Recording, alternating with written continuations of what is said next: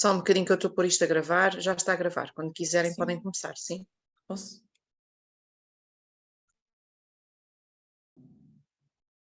Olá, bom dia. Eu sou a Ana Carolina, a minha colega Patrícia e a minha colega Francisca vamos falar do risco de saúde em turismo.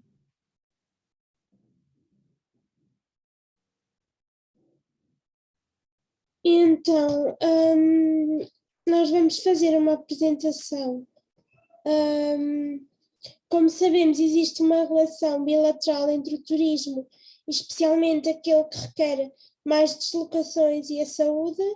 Se, por um lado, os riscos de saúde influenciam a decisão do turista de onde, para onde e durante quanto tempo viajar, por outro lado, as viagens influenciam o risco de saúde, não só no destino da viagem, mas também nos locais de origem dos turistas. Este trabalho enquadra o risco de saúde do ponto de vista do turismo, analisando os impactos de risco de saúde na atividade turística, especificamente no caso do Brasil, no contexto da pandemia de Covid-19.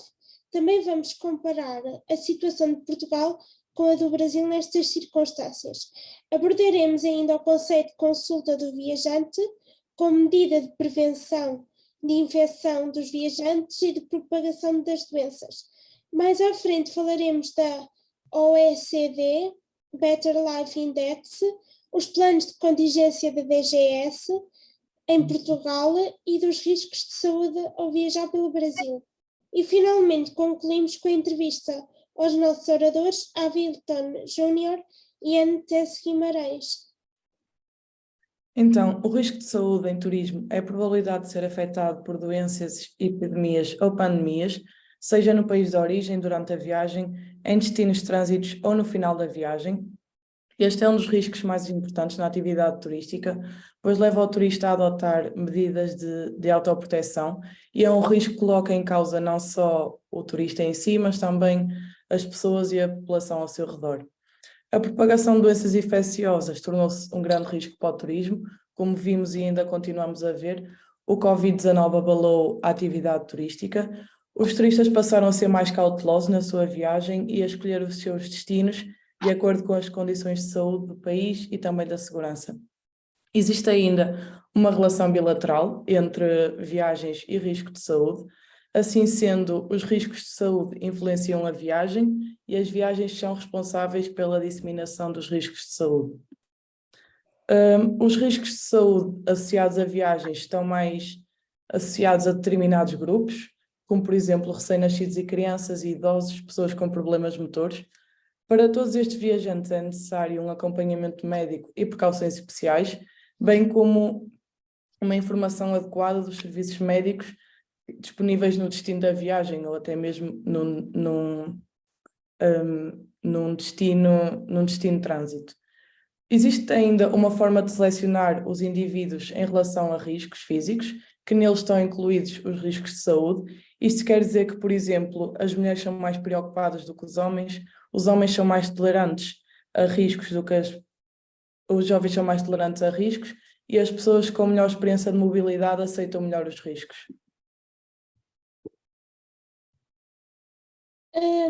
Existe uma relação clara entre o turismo com a movimentação de pessoas, por vezes em grandes grupos, para locais distantes, e a propagação de doenças, ou seja, os turistas têm uma grande probabilidade de contrair doenças por não estarem familiarizados nem sequer com o ambiente que os rodeia. O comportamento dos turistas influencia a probabilidade e o sucesso de infecção e daí a propagação da doença, como por exemplo hábitos e comportamentos alimentares, comportamentos sociais, entre outros. Certos destinos também exigem a consulta dos viajantes, permite que previna a infecção certas endémicas na região do destino.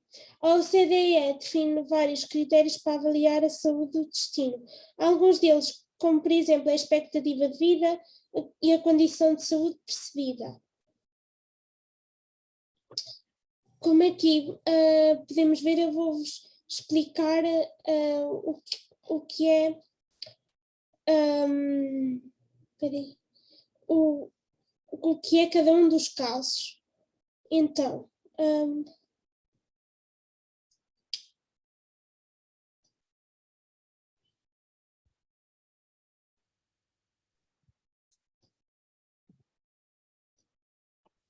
Então, a doença endémica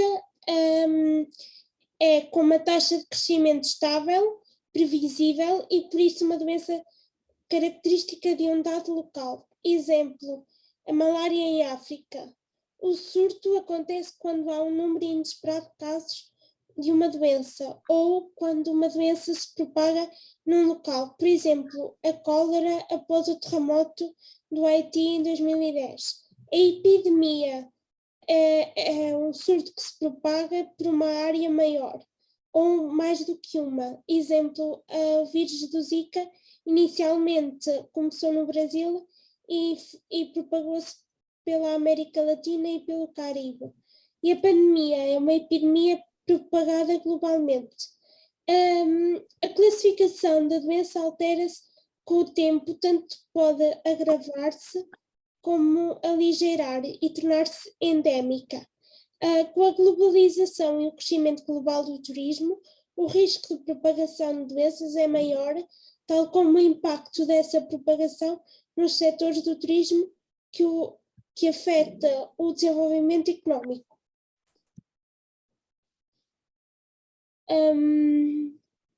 Portugal versus Brasil no turismo. Então, como podem visualizar aqui neste gráfico, Portugal teve no pico da pandemia 31/1/2021, teve com 77.218 novos casos e aqui o Brasil teve no pico da pandemia 4/2/2021 218.560 novos casos. Portanto, agora vou falar um bocadinho dos impactos do risco de saúde na atividade turística, centrando-nos nas consequências que a Covid trouxe globalmente. Podemos ver, de acordo com a nossa TEDA, que o turismo em 2019 era gerador de 330 milhões de empregos a nível mundial, sendo que 144 milhões desses 330 milhões de empregos eram assegurados pela hotelaria e pela restauração. Por isso, nesses anos anteriores a esta crise sanitária, o setor turístico tinha-se tornado um dos setores económicos mais dinâmicos, de maior crescimento, sendo considerado, como vimos, um motor para a criação de emprego e para a criação do desenvolvimento económico local. Segundo o INE, em 2021, o produto interno bruto a nível mundial caiu 3,3% em 2020, após ter aumentado 2,8% em 2019. Obviamente, esta redução observou-se em todas as economias mundiais, quer nas economias mais desenvolvidas, quer nas economias emergentes e em desenvolvimento. Aqui, nos impactos da Covid, podemos observar em todo o mundo o encerramento dos aeroportos, a maioria dos serviços encerrados, seja turismo, retalho, supermercados.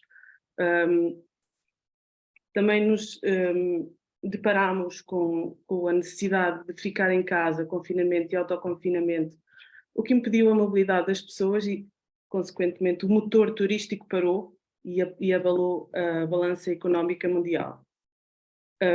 As fronteiras estavam cerradas e houve, logicamente, com a proibição da mobilidade das pessoas, houve, logicamente, as restrições nas viagens por causa do contágio, de maior contágio nas pessoas.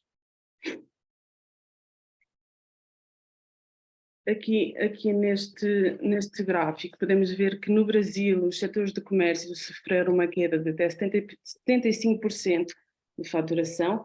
A pandemia da Covid teve um enorme impacto na atividade turística, com uma redução da procura 11 vezes superior à provocada pela crise financeira de 2008 e 2009, pois essa afetou, como já mencionei antes, dois dos elementos fundamentais para a dinâmica da atividade turística, que são a liberdade da circulação de pessoas e a confiança do consumidor. Inclusive, é notório que o setor turístico foi um dos mais afetados a nível mundial. Como já disse, as frotas aéreas paradas, hotéis fechados, restrições a viagens planeadas, com praticamente em todos os países. Consequentemente, a chegada de turistas internacionais no primeiro trimestre de 2020 reduziram para uma fração do que era há um ano, em 2019. A OMT revelou também, segundo uma pesquisa feita, que as chegadas de turistas internacionais diminuíram 74% entre janeiro e dezembro de 2020, comparativamente ao ano 2019.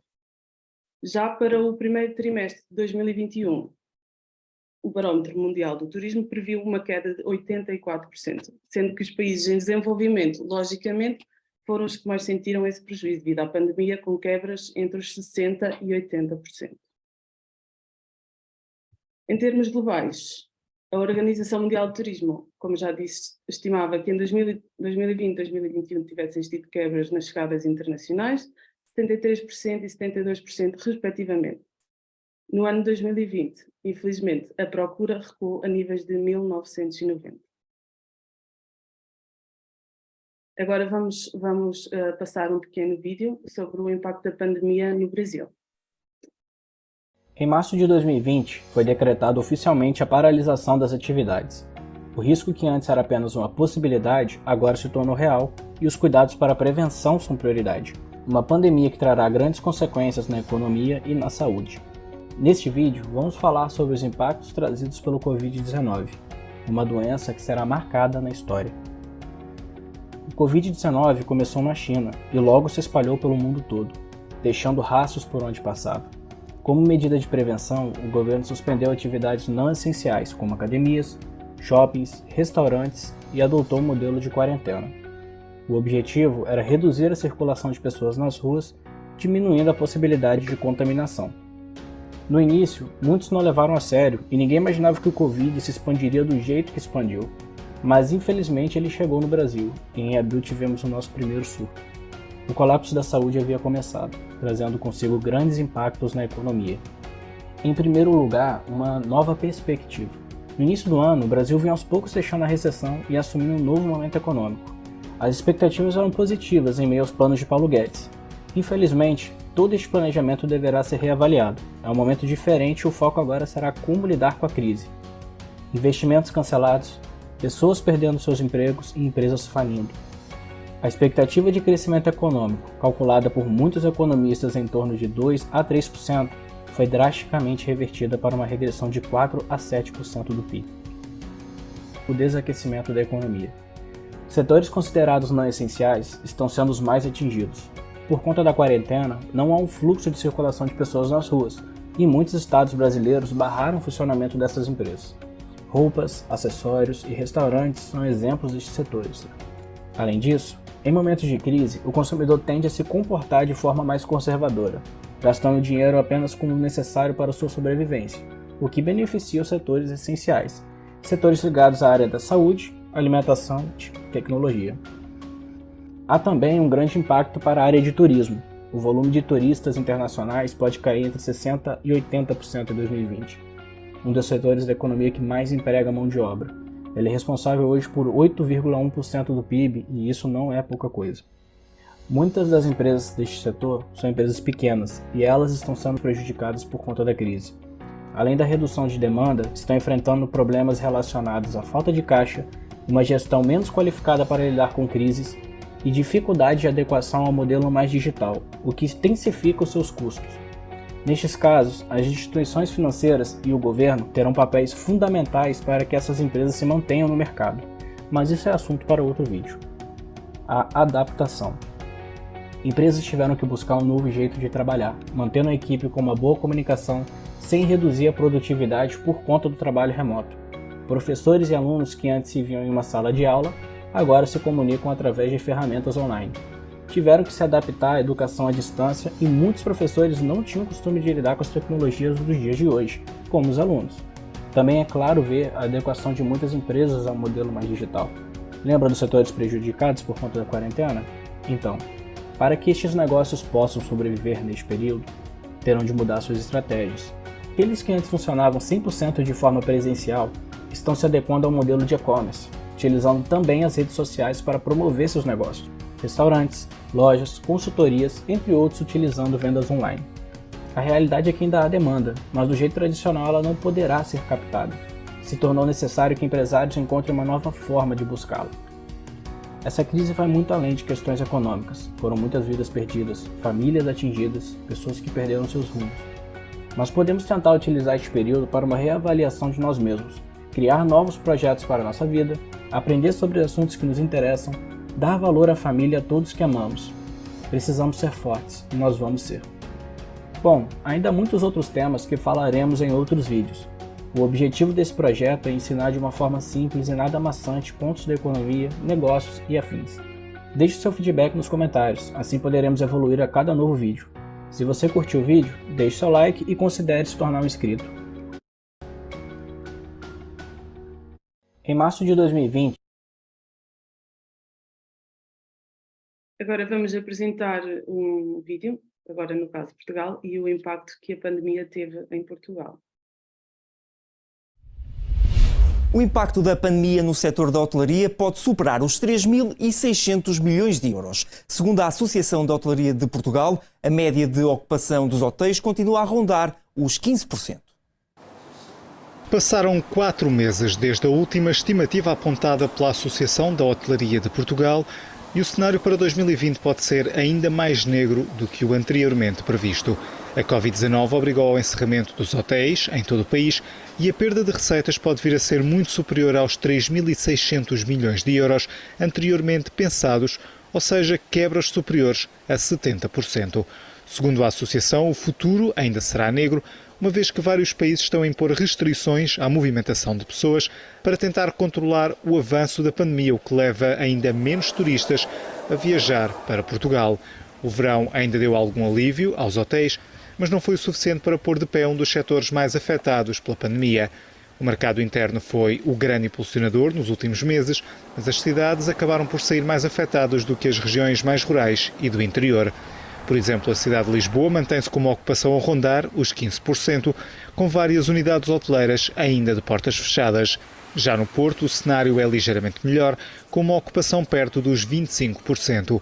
Para a Associação da Hotelaria de Portugal, é praticamente certo que Portugal não vai voltar aos níveis de 2019, uma vez que as pessoas estão cada vez mais a procurar locais com pouca afluência, tudo para fugir aos grandes aglomerados populacionais.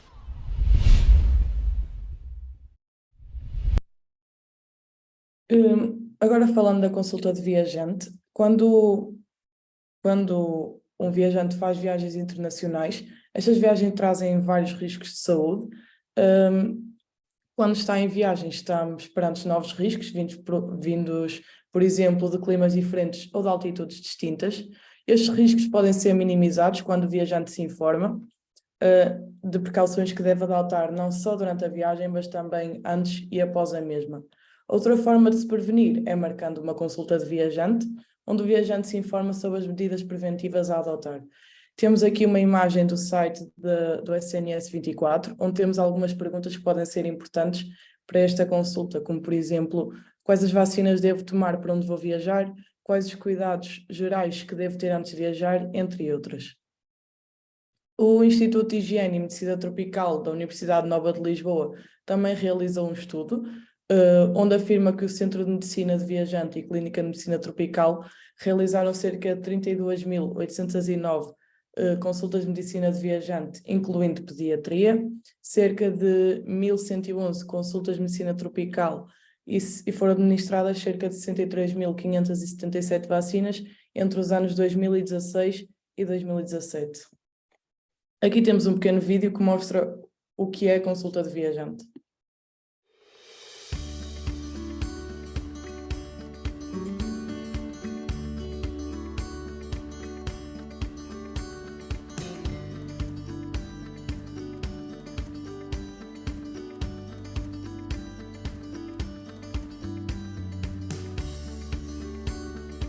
Olá, o meu nome é Luís Tavares, sou médico especialista em doenças infecciosas, trabalho no Hospital Lusíadas de Lisboa, onde faço diversas atividades, entre as quais a consulta do viajante, que tem uma periodicidade, por enquanto, semanal. Personalização é absolutamente essencial. É absolutamente essencial. Não há duas pessoas iguais, não há duas impressões digitais iguais e aqui fatalmente não haverá dois doentes exatamente iguais. Mesmo que eles vão os dois para o mesmo sítio fazer as mesmas coisas, o background do doente, os seus antecedentes podem ditar diferenças na abordagem e nos conselhos a dar. Não é uma consulta como qualquer outra consulta médica, implica, obviamente, a identificação do doente, saber todos os seus antecedentes pessoais, a medicação que faz ou que não faz, isso é muito importante para jogar com interações e, portanto, basicamente é nisto que consiste. Se o doente tiver alguma sintomatologia, temos possibilidade, como noutra consulta médica, obviamente, de o observar. Em seguida é revisto o boletim individual de saúde do doente, muitas vezes conhecido como boletim das vacinas, e em função do que faltar e daquilo que for necessário para aquele doente em particular, completa-se então o que falta fazer e aconselha-se o doente, depois com ele discutir todo o seu plano de atividades em férias. A Organização Mundial de Saúde recomenda que para dias prolongadas, mais de 3 semanas, eu acho curto, mas pronto, esta é a recomendação da Organização Mundial de Saúde, para doentes diabéticos, hipertensos, com doença pulmonar obstrutiva crónica, aqueles doentes com bronquite crónica, digamos assim, todos esses doentes merecem uma consulta pós-viagem, mesmo que estejam bem. A consulta pós-viagem é ainda recomendada no caso daquelas pessoas que vão, relativamente saudáveis, vêm de férias e vêm doentes, ou que adoecem nas semanas a seguir. Febre, diarreia que não passa, lesões cutâneas e muitas outras coisas, que sejam um alerta, a pessoa tem que se lembrar que esteve de férias num sítio e que as lesões ou as manifestações clínicas que tiver podem estar relacionadas com a sua deslocação ou as suas exposições. Nada melhor do que uma consulta do viajante, neste caso uma consulta pós-viagem.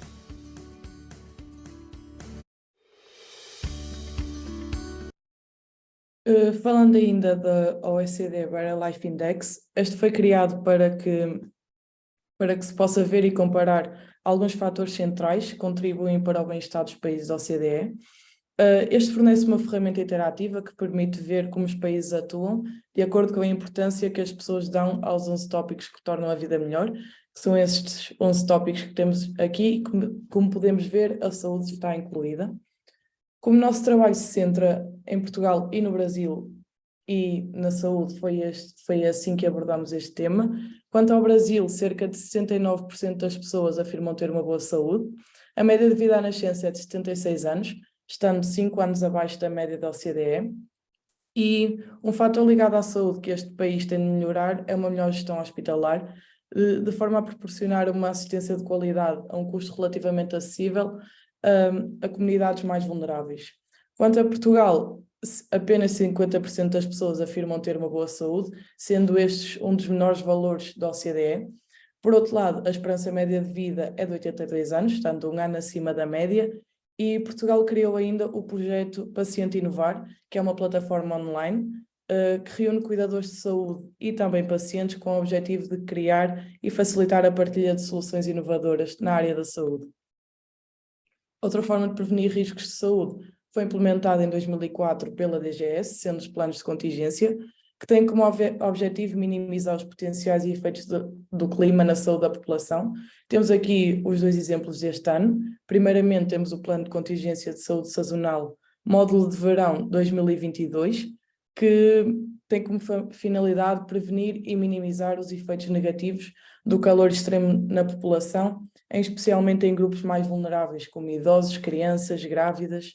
E temos ainda o que está agora em curso, que é o Plano de Contingência Saúde Sazonal, Módulo de Inverno 2022, que apresenta orientações e estratégias para prevenir infecções de vias respiratórias, que sabemos que são muito recorrentes nesta época do ano. Focando novamente no Brasil, temos aqui um estudo que foi feito, intitulado Vulnerabilidade e Problemas de Saúde em Viagem, a visão do turista na saúde do Rio de Janeiro.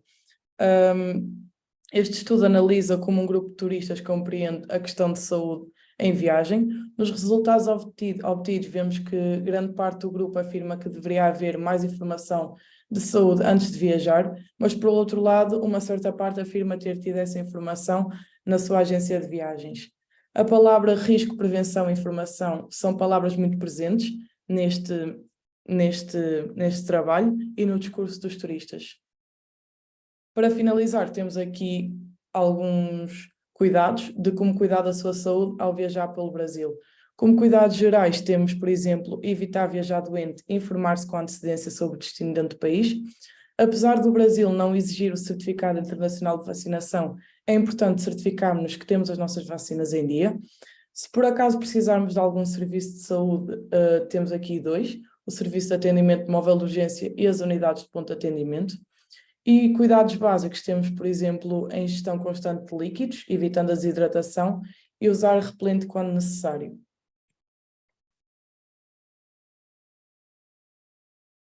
Agora gostaria de vos apresentar os nossos oradores de hoje, o Avilton Júnior e a Anne Tess Guimarães.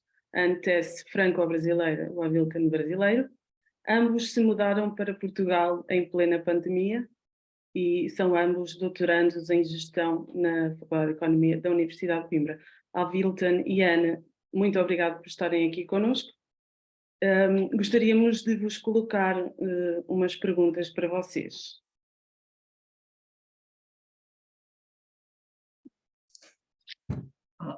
Estamos aqui à disposição. Olá, Obrigada bom dia. desde já pelo vosso tempo.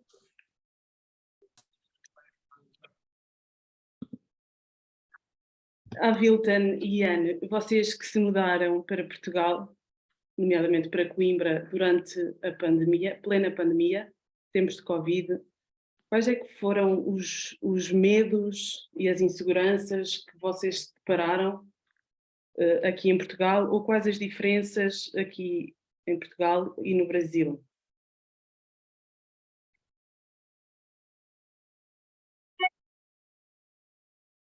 Tá sem áudio, eu vou começar então.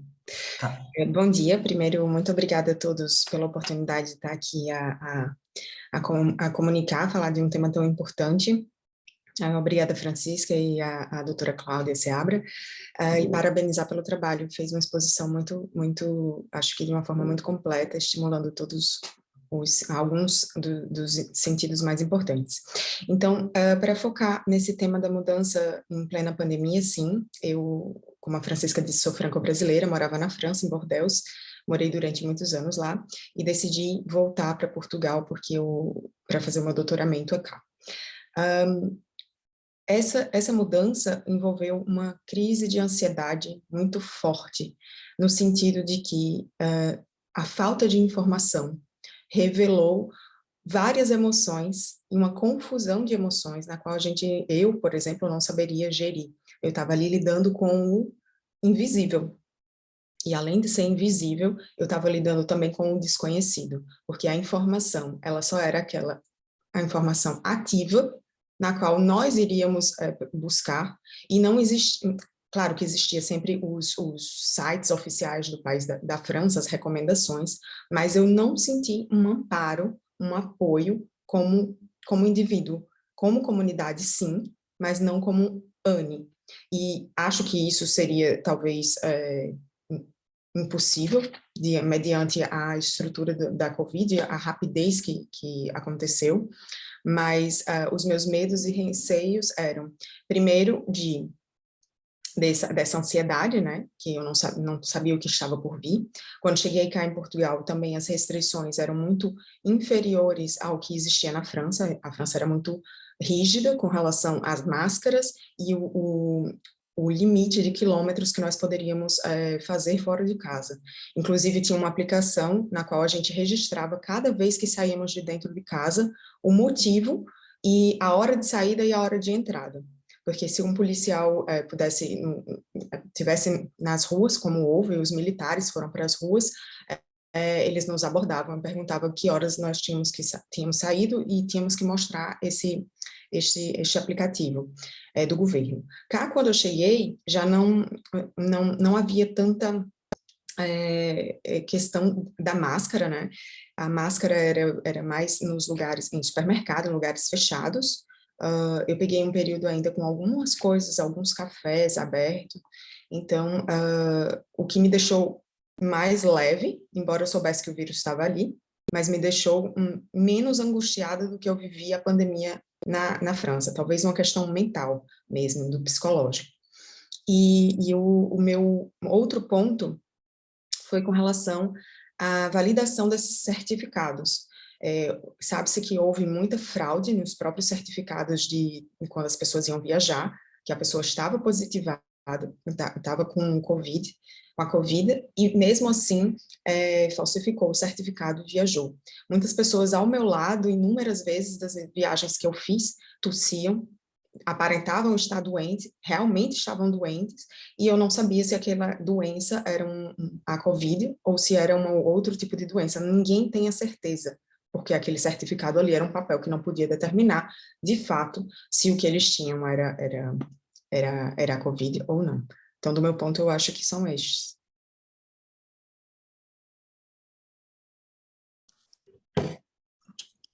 Inicialmente, Francisca, agradecer bastante o convite, a oportunidade de contribuir com o teu trabalho.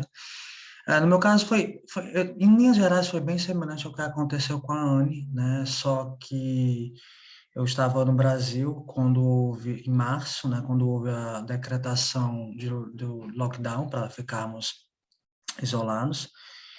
E por coincidência, na verdade, quando eu estava ainda exercendo minhas atividades no governo, o último evento público que aconteceu foi justamente o que nós organizamos. Assim que acabou o nosso evento, o governador do estado de Ceará decretou o estado de lockdown e não houve mais nenhum evento e todos tínhamos que ficar em casa. E aí passamos aquele período de 6 meses, porque eu fiquei de março até setembro, quando eu vim para cá, Portugal, simplesmente naquela questão de certa forma, desinformação pelo estado novo das coisas. Então, por exemplo, eu ia para o supermercado, quando voltava, lavava todas as coisas, tinha uma roupa só para ir para o supermercado, tinha a chinela, o calçado ficava do lado de fora.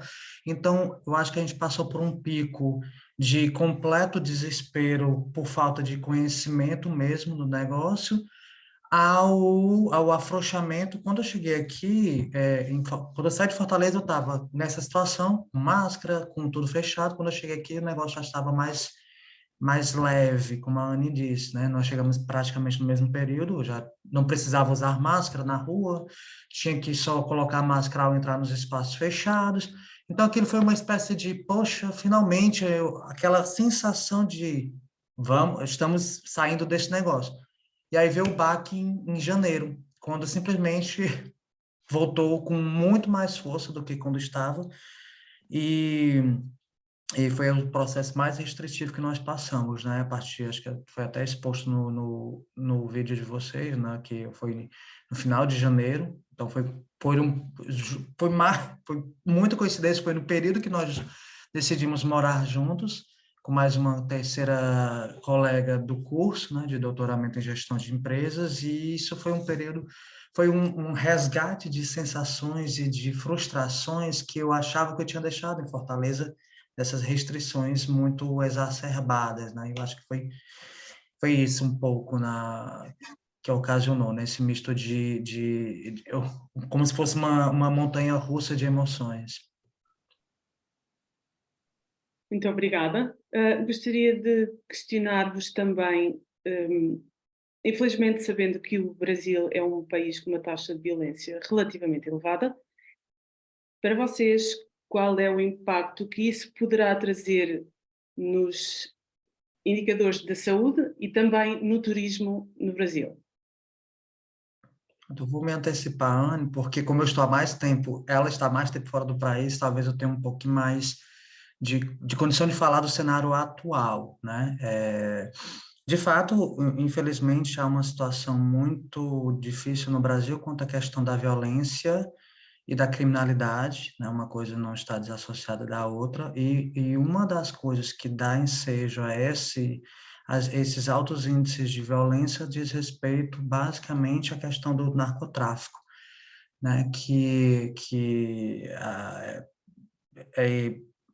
ocasiona diversos conflitos de facções criminosas e desencadeia diversos outros crimes, como o tráfico de armas e por aí vai, né?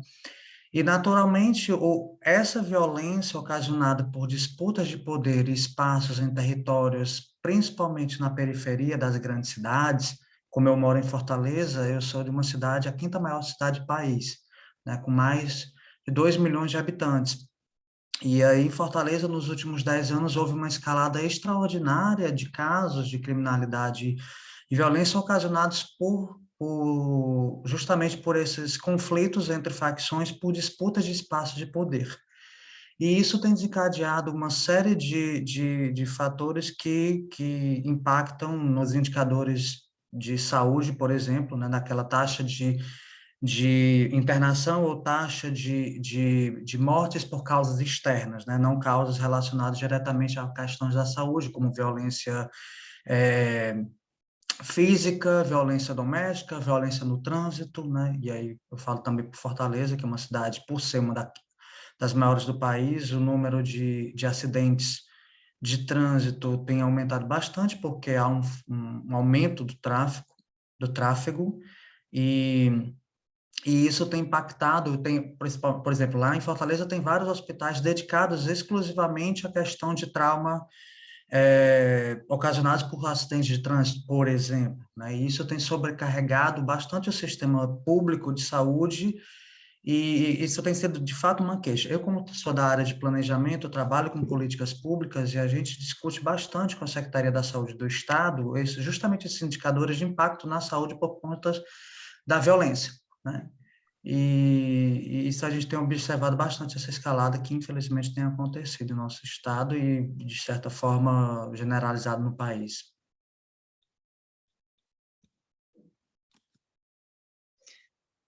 Posso?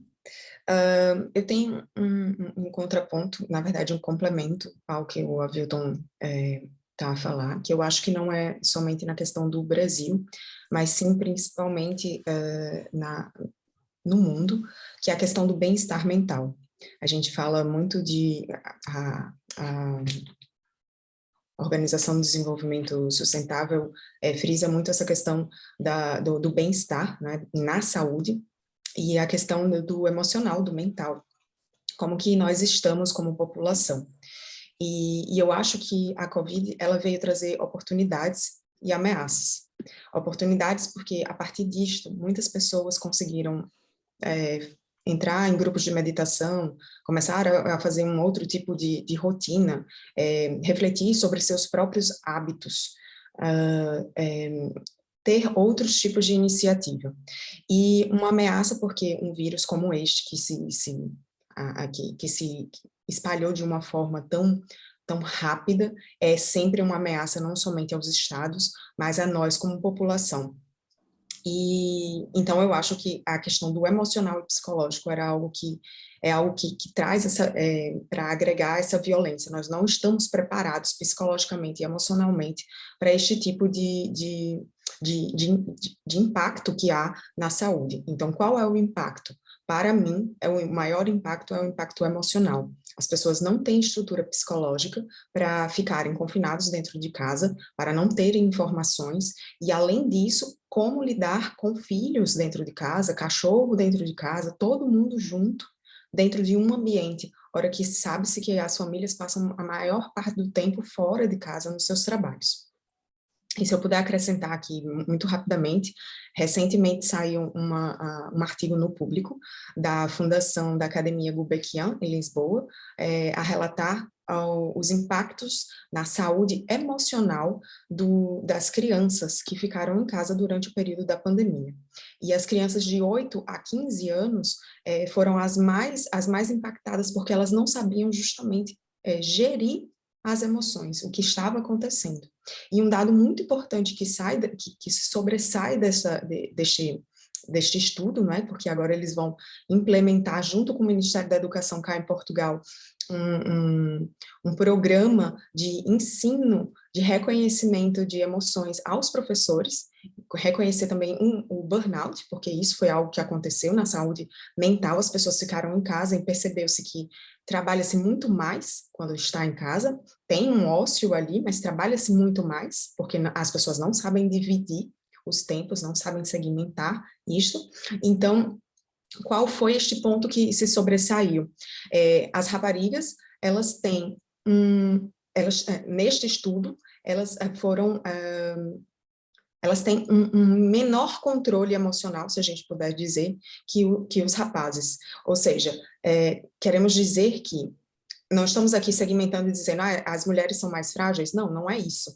Mas devemos chamar a atenção que tem alguma coisa aqui que na base da estrutura educacional que é necessário olhar para o mental, para o nosso bem-estar, a nossa saúde e reconhecer sintomas de burnout, de possível burnout, de uma estafa, de problemas emocionais que possam vir a ter. E essas crianças, na sua maioria, as meninas, não estão sabendo detectar esses sintomas precoces. E os professores também não sabem detectar. Então, o Ministério da Saúde ele vem trazer esta informação, junto com um estudo e a Fundação Gulbenkian, para iniciar este programa de como reconhecer essas emoções em um momento mais básico para construir um futuro de pessoas que têm um autoconhecimento maior, porque talvez com um autoconhecimento emocional a gente consiga gerir esses momentos de pandemia, de violência, muito melhor do que o que é o caso hoje.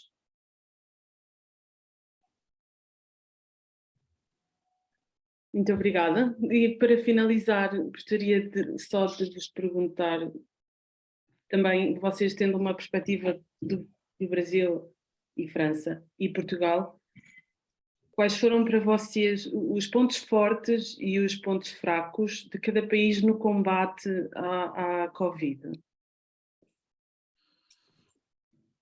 Fazer meu comparativo Brasil e Portugal, né? que eu vivenciei nos 2 períodos.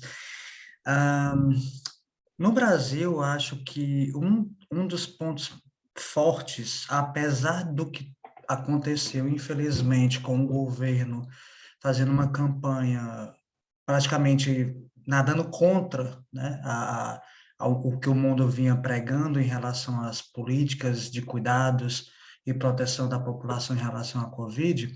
Apesar disso, o Brasil tem, por seu histórico, né, no Sistema Único de Saúde e por sua boa política de vacinação, sobreviveu, apesar de todo o trabalho contra, né? Então, isso é um ponto positivo, que o Brasil já tem um histórico por ter um sistema gigantesco, o maior sistema de saúde pública do país, e gratuito, do mundo, na verdade, e gratuito, deu um suporte muito grande para a sua população.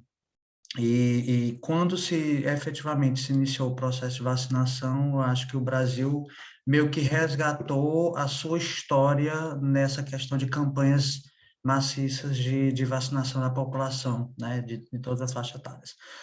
A questão da comunicação, eu acho que falhou bastante, é um dos pontos negativos no Brasil, muito fruto dessa disputa interna de poder entre o governo central, o governo federal e os governos estaduais e municipais, né? Tanto é que a nossa Suprema Corte teve que interferir nessa questão, dizendo que a política de saúde é uma política de caráter concomitante, né? Não é excludente. Então, por isso que foi a nossa salvação em relação a dar o poder aos governos locais de decisão sobre a proteção à população. Então, esse foi um dos pontos super negativos que aconteceu, e isso enfraqueceu toda a política de incentivo à vacinação, dos cuidados paliativos, né, e protetivos para evitar a contaminação.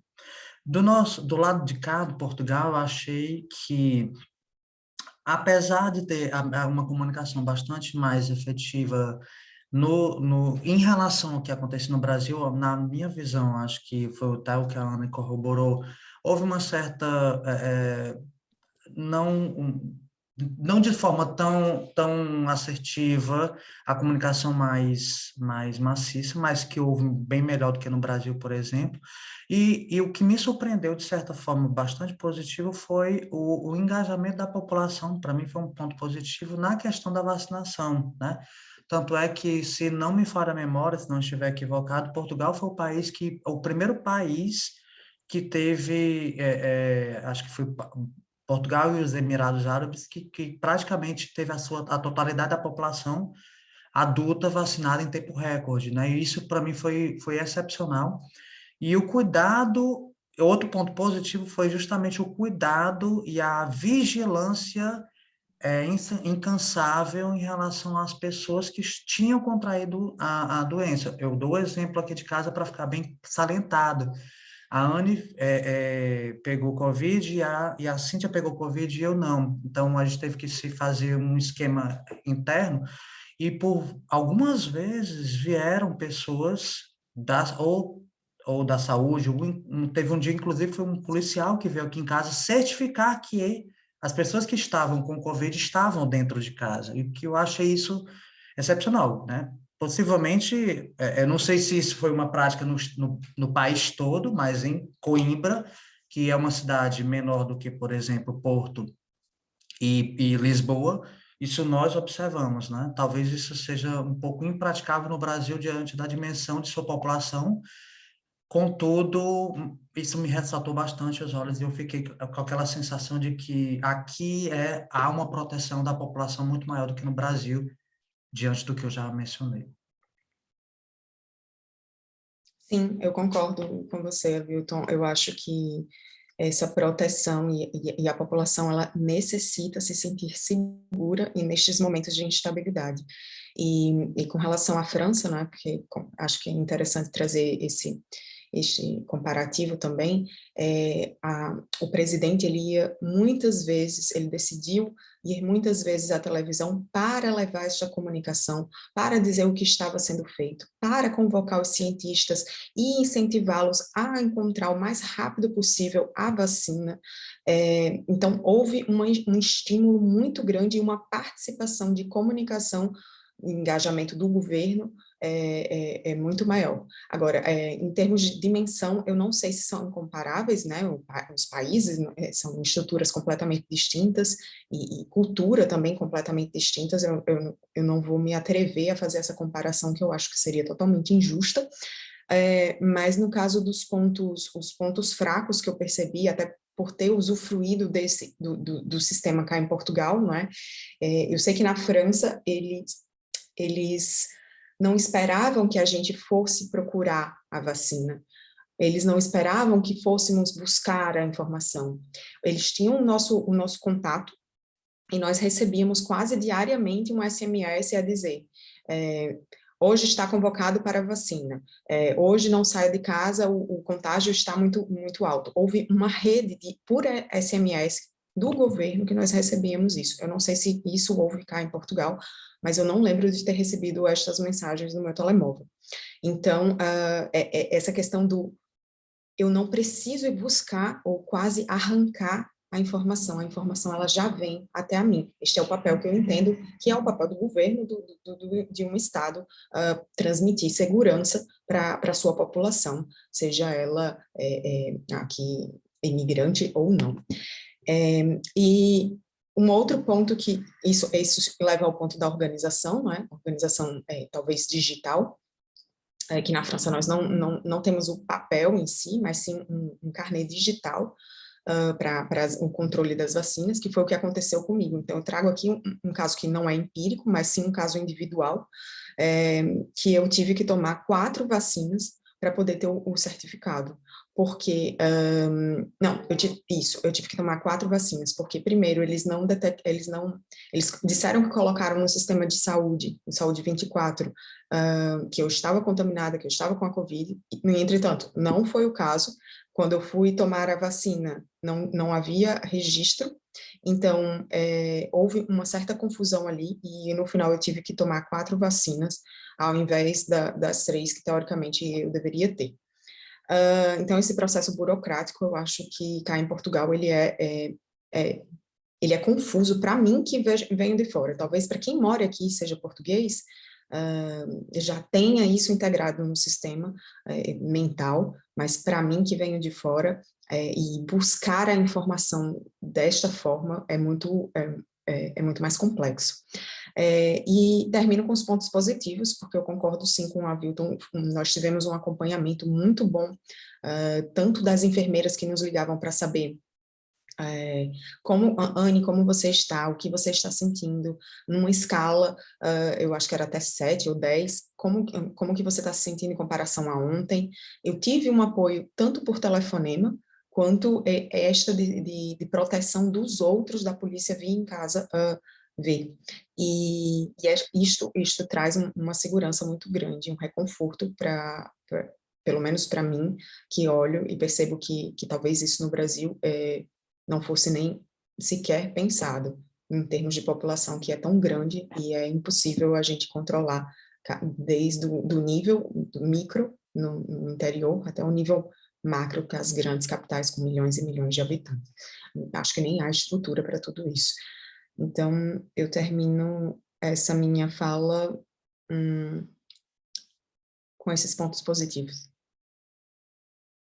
Pronto, damos por terminada a nossa sessão. Queria agradecer novamente ao Avilton e à Ana por nos terem ajudado e por nos terem dado os vossos pontos de vista. E pronto, é isso. Muito obrigada aos dois. Obrigada a todos. Obrigado e sucesso no trabalho. Obrigada. Tchau. Tchau.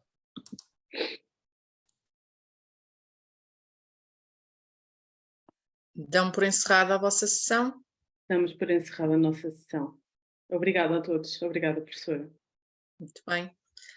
Fazemos agora um intervalo de 9 minutos. Entretanto, a sessão vai ficar aberta para o próximo grupo, que suponho que já esteja presente.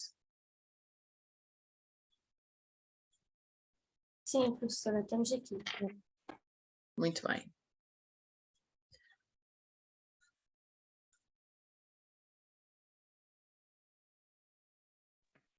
Posso colocar uma dúvida da Sim. frequência de estudo? Diga. É com consulta, mas tem de ser, pode ser no computador ou temos de fazer em papel? Não, tem mesmo que ser em papel. Está bem? Ok, obrigada. Digam-me só os nomes ou liguem a câmara as pessoas do próximo grupo, que é para vos pôr como anfitrião. Está bem? Ok. Coloquem já o plano de fundo.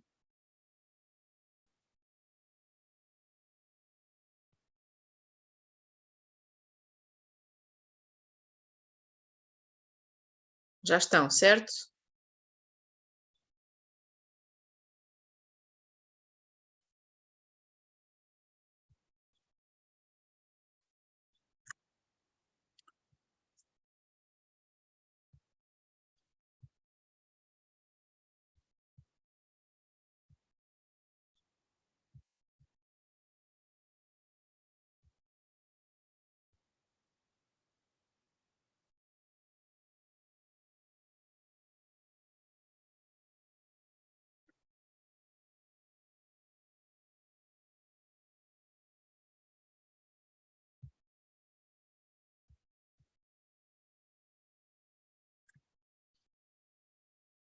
Os vossos convidados vão entrar mais daqui a bocado?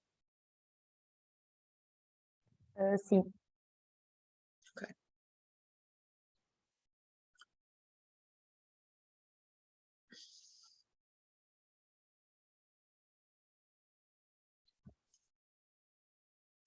Querem experimentar a partilha de tela? Não sei se têm vídeos.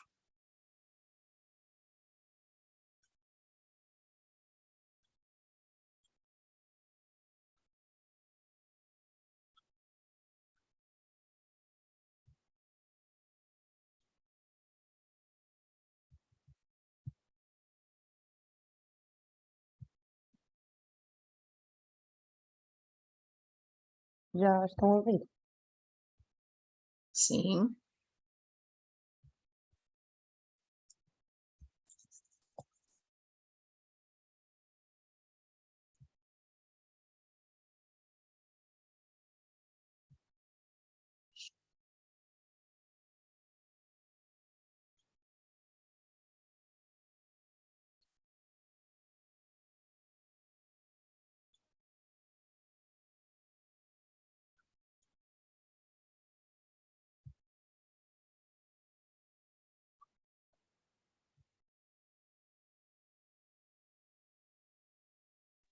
Matilde, não queres já experimentar para ver se o vídeo dá som?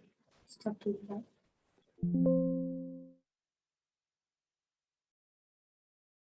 Que a informação hoje disponível é muito melhor do que jamais foi.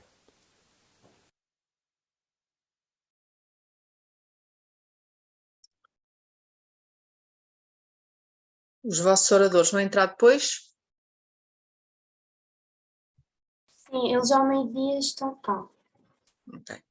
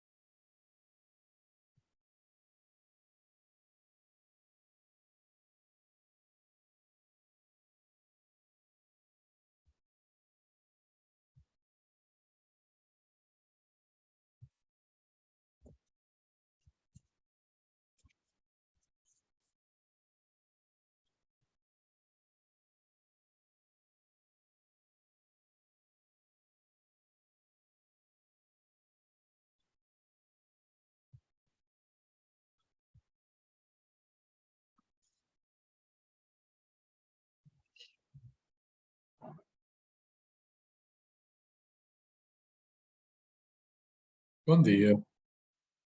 Olá, bom dia. Bom dia. Bom dia.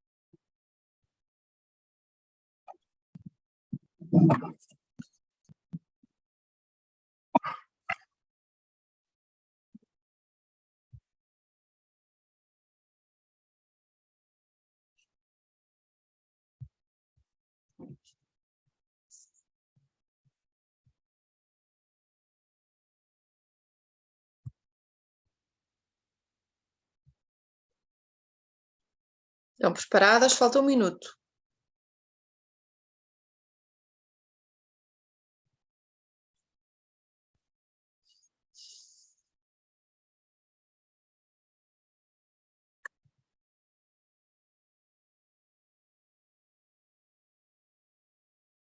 Com quem é que eu vou comunicar se for preciso? Comigo, professora. Com a Sofia. Ana Sofia, sim.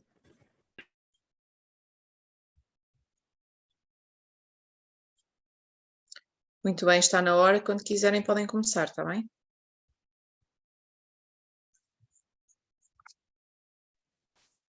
Então, bom dia a todos. Primeiramente, queria agradecer por estarem todos presentes na nossa apresentação das Jornadas de Turismo e Segurança, e nós iremos apresentar então o risco de catástrofes naturais. Para dar então um enquadramento teórico, iremos dizer então o que é o risco de catástrofes naturais mais especificamente, falando também como é que este risco afeta a atividade turística. Iremos dar uma pequena introdução sobre a Serra da Estrela, que foi então a localidade onde nós nos focámos mais. Depois a definição de incêndios e a sua tendência em Portugal, e neste tópico iremos abordar os incêndios de 2017, os incêndios de 2022 e fazer uma comparação entre ambos. Faremos também um enquadramento geográfico e temporal dos incêndios na Serra da Estrela, uma análise dos inquéritos que nós realizamos para então perceber como é que esta catástrofe afeta a oferta e a procura turística de uma certa localidade e, por fim, iremos fazer então a nossa entrevista aos oradores. O que é então o risco? A palavra risco pode ter então diferentes significados, o que é importante é mesmo o contexto em que ela é utilizada. Normalmente ela é predominantemente, quando falamos em risco, é então a possibilidade de algo acontecer. Vamos então dizer que o risco é então uma ameaça, tanto exterior como interior, que pode pôr em causa a segurança dos indivíduos. Existem dois tipos de risco, o risco real e o risco percebido. Quando nós falamos em risco real, referimos-nos àquele então, que é medido pela probabilidade de uma determinada ameaça acontecer mesmo. Por outro lado, o risco percebido é então aquela incerteza das consequências e a crença de uma potencial perda, ou seja, é a crença que os indivíduos têm de ser postos a um determinado perigo.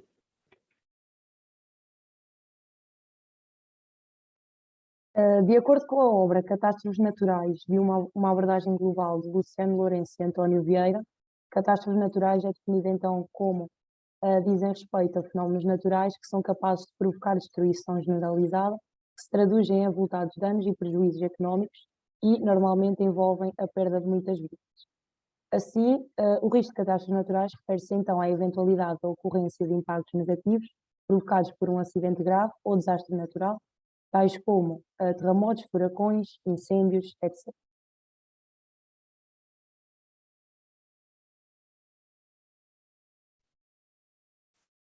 Como é que então este risco vai afetar a atividade turística? Obviamente que o risco tem um impacto muito negativo nesta atividade, pois influencia muito o desenvolvimento económico então nas várias localidades. Quando acontecem estas catástrofes que atingem algum destino turístico, podem destruturar toda a dinâmica existente no setor e assim também a capacidade de resiliência, ou seja, a capacidade de recuperar a economia de determinada destinação turística, juntamente com toda a sua cadeia turística, correndo o risco de esta então ficar comprometida. Alguns académicos e profissionais têm tentado encontrar estratégias para prestar mais atenção ao desenvolvimento sustentável, que devem então englobar planos para preparar, prevenir e reconstruir um destino após uma catástrofe. A imagem que nós temos de um destino e a ideia de segurança que contemos dele, ou seja, o quão seguro é um país, é muito importante porque vai influenciar a nossa decisão para então visitar um certo destino. Se tivermos uma ideia de que um destino é muito pouco seguro, provavelmente não iremos escolher para viajar. Mas, por outro lado, se tivermos ideia de que um país é muito seguro e nos transmite uma boa ideia de segurança, então irá ser uma possível escolha para então nós viajarmos para este local. Por isso, preservar a imagem e restabelecer a segurança de um país após um desastre é fundamental para atrair e, de certa forma, também para sossegar os visitantes do mesmo. A 1993 metros de altitude máxima, a Serra da Estrela conta com um local de grande beleza paisagística. No terreno existem cerca de 375 km de trilhos, marcados no terreno com diferentes níveis de intensidade, onde podem ser aproveitados momentos de comunhão com a natureza. O inverno é a altura mais promovida pelas agências turísticas, visto que este é o único local em Portugal onde os turistas podem aproveitar atividades relacionadas com a neve.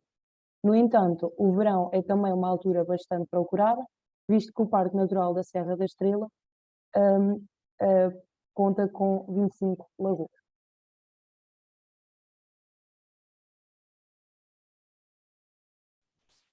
Irei então agora dar uma definição de incêndios e a sua tendência em Portugal.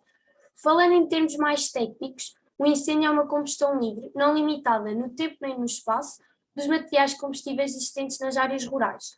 Ou seja, é um fogo não controlado que representa um grande perigo. Os incêndios rurais constituem um dos principais obstáculos à sustentabilidade da floresta e dos ecossistemas que lhes estão associados, provocando a sua degradação, bem como o desequilíbrio no prover de bens e serviços, quer da natureza económica e social, quer da natureza ambiental. A área total ardida anualmente apresenta uma grande variabilidade interanual e apresenta uma tendência crescente a partir de meio da década de 80 do século passado, com máximos então nos anos de 2003, 2005 e 2017. Para falar agora em estatísticas, entre 2012 e 2021 ocorreram em média cerca de 15.522 incêndios rurais por ano, o que corresponde a 126.091 hectares de área ardida média por ano, sendo 50% dos hectares de povoamentos florestais, 43% de matos e pastagens naturais e ainda 7% de área agrícola. Para agora falar dos incêndios de 2017. Como sabemos, o ano de 2017 ficou marcado de forma muito negativa pelos vários incêndios que fizeram muitas mortes e que foram os mais devastadores que Portugal alguma vez viu, sobretudo na região centro. O incêndio de Pedrógão Grande começou então a 17 de junho e foi um dos piores deste ano e prolongou-se então por vários dias. Fez pelo menos 64 mortes diretos, mais de 250 feridos e cerca de 500 milhões de euros de prejuízos, tendo sido extinto apenas uma semana depois. A devastação terá atingido aproximadamente 500 casas, 169 das quais de primeira habitação, e afetado quase 50 empresas e o emprego de 372 pessoas. A 15 de outubro, já depois da época crítica de incêndios, registrou-se o pior dia do ano em número de fogos, com mais de 500, tendo as chamas atingido aproximadamente 27 concelhos da região centro, sobretudo os distritos de Viseu, Guarda, Castelo Branco, Aveiro e Leiria. Morreram 45 pessoas e cerca de 70 foram feridas, devido às centenas de incêndios que destruíram cerca de 800 habitações permanentes. Foram várias as críticas à atuação da Autoridade Nacional de Proteção Civil, tendo também sido constante ao longo da época de fogos as polémicas relacionadas com as falhas então no funcionamento do Sistema Integrado de Redes de Emergência e Segurança.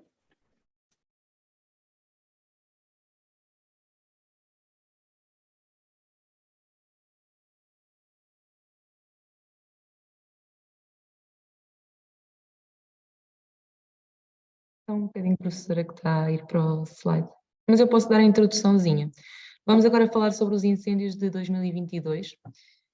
Estes iniciaram-se no dia 8 de julho de 2022 na cidade de Orã e Pombal, e assim como em 2017, o ano 2022 foi um ano também de grandes incêndios. No dia 12, depois intensificaram-se com novos pontos ao longo de Portugal, como Faro, que acabou por se alastrar para Lolé, onde se propagou. Mais tarde, o incêndio alastrou-se para Almancil, enquanto que, ao mesmo tempo, os bombeiros foram então informados sobre mais 2 incêndios florestais em Setúbal e Monchique. No dia 6 de agosto, durante a madrugada, iniciou-se um incêndio na zona já da Covilhã, junto à entrada do Parque Natural da Serra da Estrela, que foi alastrando-se posteriormente com muita rapidez. E, após um balanço geral, em 2022, segundo a Base de Dados Nacional dos Incêndios Rurais, este registra que no período de 1 a 31 de outubro de 2022 houve um total de 10.449 incêndios rurais, que resulta num total de 110.000 hectares de área ardida, como podemos ver aqui então no mapa. As zonas em vermelho foram as zonas que acabaram por arder em Portugal continental, de 1 de janeiro a dia 31 de outubro. No dia 10 de julho de 2022, o Presidente da República, professor Marcelo Rebelo de Sousa, na sede da Autoridade Nacional de Emergência e Proteção Civil, em Carnaxide, depois da sua participação na reunião do CCON, ou seja, o Centro de Coordenação Operacional Nacional, foi questionado se Portugal estaria melhor preparado para lidar com os incêndios de agora em 2022 do que estava em 2017. Que a informação hoje disponível é muito melhor do que jamais foi. Muito melhor em todos os domínios. Sabemos mais. Sabemos mais e conhecemos melhor. Isto permite prever melhor, planear melhor e prevenir melhor. E também ouvi aquilo que se está a passar na resposta, na capacidade de resposta, sobretudo nos focos principais, mas foi dado o retrato da situação que hoje é possível acompanhar, mais do que nunca, minuto a minuto, em todo o território nacional, e nomeadamente território continental. Quando eu recordo 2017 e recordo a realidade que existia em termos de estruturas de informação que havia muitas já, mas esta é mais sofisticada, de entidades envolvidas, de coordenação de entidades. Não há comparação. Quer dizer, de facto, aprendemos, nunca aprenderemos tudo. É preciso aprender muito mais. Nesta realidade, vemos Estados Unidos da América, grande país, que mesmo aprendendo tudo, é um drama o que acontece com os focos florestais todos os anos. E o mesmo de países europeus, os mais variados, a começar num país vizinho, está sempre a aprender. Porque é cada vez mais complicada e imprevisível a situação. Mas aprendeu-se, não há dúvida, aprendeu-se muita coisa. Que a informação hoje disponível... Falando então agora sobre o enquadramento geográfico e temporal dos incêndios da Serra da Estrela, estes incêndios representaram no ano de 2022 já 1/3 da área ardida no país. E também durante este ano, 2022, representaram 3,5% do território queimado em toda a União Europeia, dando um total de 24 mil hectares. Teve a duração de mais ou menos uma semana, mais precisamente 11 dias, desde o dia 6 de agosto, como já falei, que começou na Covilhã, até ao dia 17 de agosto. Nos primeiros 7 dias, o incêndio já tinha provocado danos em mais de 500 estruturas e foram também afetadas mais de 200 pessoas. Iniciou-se então na Covilhã, alastrando-se posteriormente nos concelhos de Manteigas, Gouveia, Guarda e Celurico da Beira. Deu-se como dominado na noite de 12 de agosto, tendo atingido até essa data mais de 15 mil hectares, mas infelizmente sofreu outras 3 reativações em simultâneo no dia 15 de agosto, que resultaram em mais 8 mil hectares queimados, onde grande parte do território pertencia ao Parque Natural da Serra da Estrela. Juntos destes incêndios existiu também ao mesmo tempo um incêndio na Guarda durante o fim de semana, queimando também 820 hectares. A Serra da Estrela, que obteve, segundo o Conselho de Ministros, a situação de calamidade durante o ano, tem sido consumida principalmente durante os últimos 5 anos, tendo já ardido cerca de 1/4 da área do Parque Natural da Serra da Estrela. Por isso mesmo retirei esta frase do Diário de Notícias: Serra da Estrela foi a área protegida com mais zonas ardidas nos últimos 10 anos. Explicando agora o gráfico que conseguimos ver aqui, a laranja, temos, segundo o Sistema Europeu de Informação sobre Incêndios Florestais, está o incêndio da Serra da Estrela e o fogo da Guarda, que durou o fim de semana.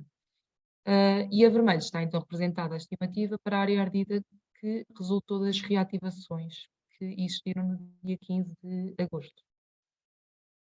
Vamos passar então agora para a análise dos inquéritos que realizamos.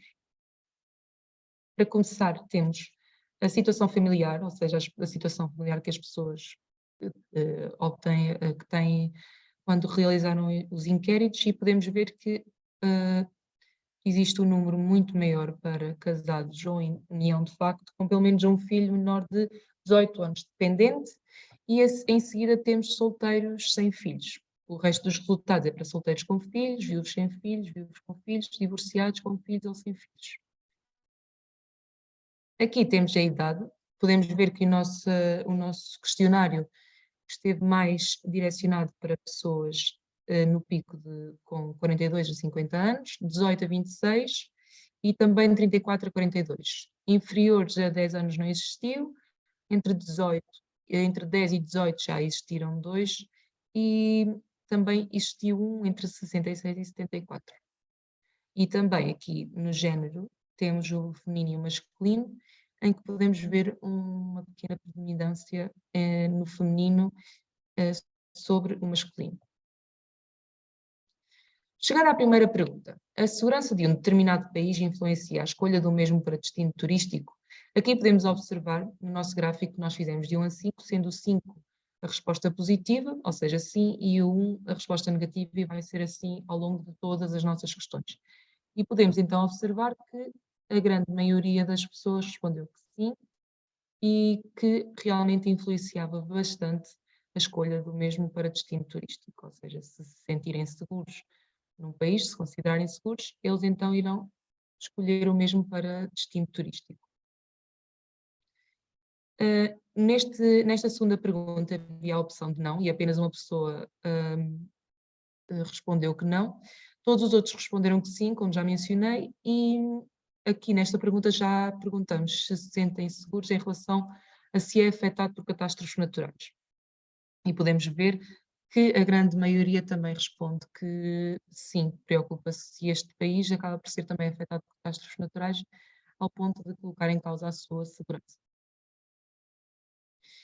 Agora fizemos uma pergunta mais direcionada para Portugal e perguntámos se considera Portugal um país seguro, tendo em conta as catástrofes existentes, incêndios, cheias, etc. Aqui temos então a maioria com opinião positiva, que sim, que consideramos Portugal um país seguro, tendo em conta as catástrofes existentes. Até temos agora um exemplo muito próximo de Lisboa, infelizmente, mas as pessoas sentem-se seguras e muito poucas, ou seja, só 12 pessoas é que se sentem pouco seguras em relação às catástrofes existentes em Portugal. Considera Portugal preparado para enfrentar este tipo de crises mencionadas na pergunta anterior? Aqui já fomos um bocado balanceando as respostas das pessoas, ou seja, muito poucas pessoas consideram que Portugal está preparado para enfrentar este tipo de crises de catástrofes naturais. Apesar de se sentirem seguras, sentem que Portugal não está pronto para as resolver.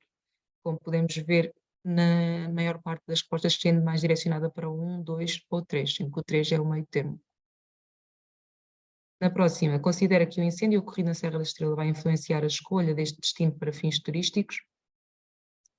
A maior parte das pessoas respondeu que não, ou seja, 1, 2, que não irá influenciar a sua escolha para este destino para fins turísticos, o que deixa-me bastante feliz, não é?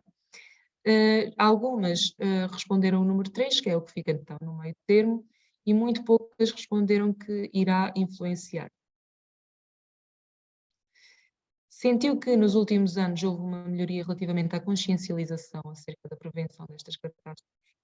Aqui temos então a predominância do número do meio termo, 3, ou seja, não conseguem responder se sentiram realmente alguma consciencialização, melhoria relativamente à consciencialização acerca da prevenção destas catástrofes, mas felizmente a grande maioria respondeu que conseguiu sentir uma melhoria relativamente, principalmente desde o ano de 2017 até ao ano de hoje, de 2022. Para terminar, temos então a entrevista com os nossos oradores, sendo o primeiro o Sr. Gonçalo Gomes, que é licenciado em Gestão e Administração Pública no Instituto Superior de Ciências Sociais e Políticas, e também chefe do Núcleo de Apoio ao Investimento Turístico da Entidade Regional Turismo Centro de Portugal, desde 2014, entidade em que desempenha funções ligadas ao apoio ao investimento, acompanhamento de candidaturas e monitorização de atividades turísticas regional desde 1999.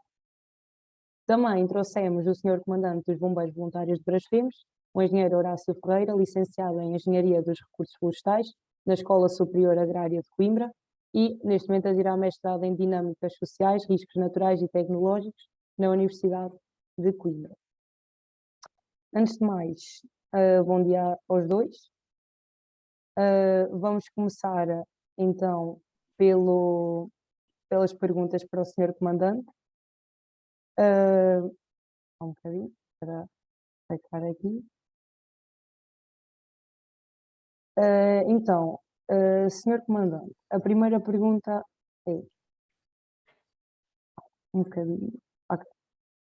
Qual foi a pior catástrofe que já experienciou ao longo dos seus anos de bombeiro? Bom dia. A pior catástrofe que já presenciei, portanto, e já foi abordada aqui também nesta apresentação, foi os incêndios de 2017, devido não só à área ardida, mas também ao número de vítimas, muitas delas mortais, tanto de 17 de junho em Pedrógão, como depois também o de 15 de outubro na região centro. A segunda pergunta é então se acha que Portugal está minimamente preparado para enfrentar este tipo de crise, neste caso os incêndios? Sim, está preparado até determinado ponto, porque quando estamos a falar em fenómenos naturais e fenómenos da natureza, são imprevisíveis e tanto quando ocorre, que conseguimos ter alguma previsão, mas não nada exato, mas da sua dimensão. Estes, nos incêndios, claro que temos de estar preparados, para limitar as ignições, não é? Porque se não houver ignições não haverá incêndios,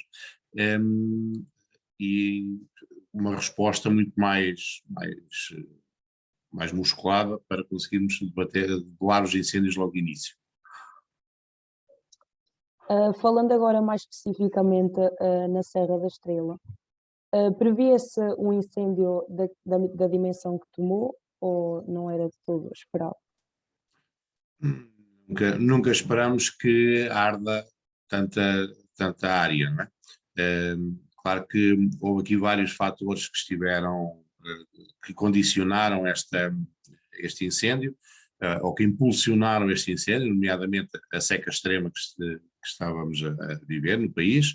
Depois estamos a falar numa zona de montanha onde os ventos são muito erráticos, com mudanças repentinas de direção, mas não era previsível que ardesse uma área tão grande. Agora, qual é que foi o tipo de estratégias que a Proteção Civil e também os bombeiros criaram então para prevenir este tipo de catástrofes e que foram criando ao longo dos tempos, desde 2017 até agora? Sim, eu acho que, e como vimos também neste trecho do Sr. Presidente da República, que falou também da informação que é difundida. Portanto, e acho que é uma melhoria que tem existido ao longo dos tempos. Há muita informação, há muitos organismos a trabalhar em cooperação e a difundir essa informação para todos os agentes de proteção civil e, portanto, diariamente recebemos informações meteorológicas do IPMA, também no verão da Autoridade Nacional de Emergência e Proteção Civil, do ICNF, todos estas instituições colaboram para um fim comum que é passar essa informação. E com essa informação depois cada agente tem de reforçar o seu dispositivo, tem de colocar os meios no terreno, portanto isso tem sido muito positivo e tem sido muito incrementado nestes anos. Por fim, queria perguntar-lhe como é que acha que as catástrofes naturais afetam o nosso país, mais especificamente voltados para a área turística? Aqui, falando dos incêndios, há que as pessoas quando vão para um destino turístico não gostam de ver a terra queimada. Portanto, havendo um incêndio, é possível que tenha havido um incêndio, as pessoas não escolham esse local porque gostam de ver a floresta, gostam de ver o verde, e então é afetado, com certeza.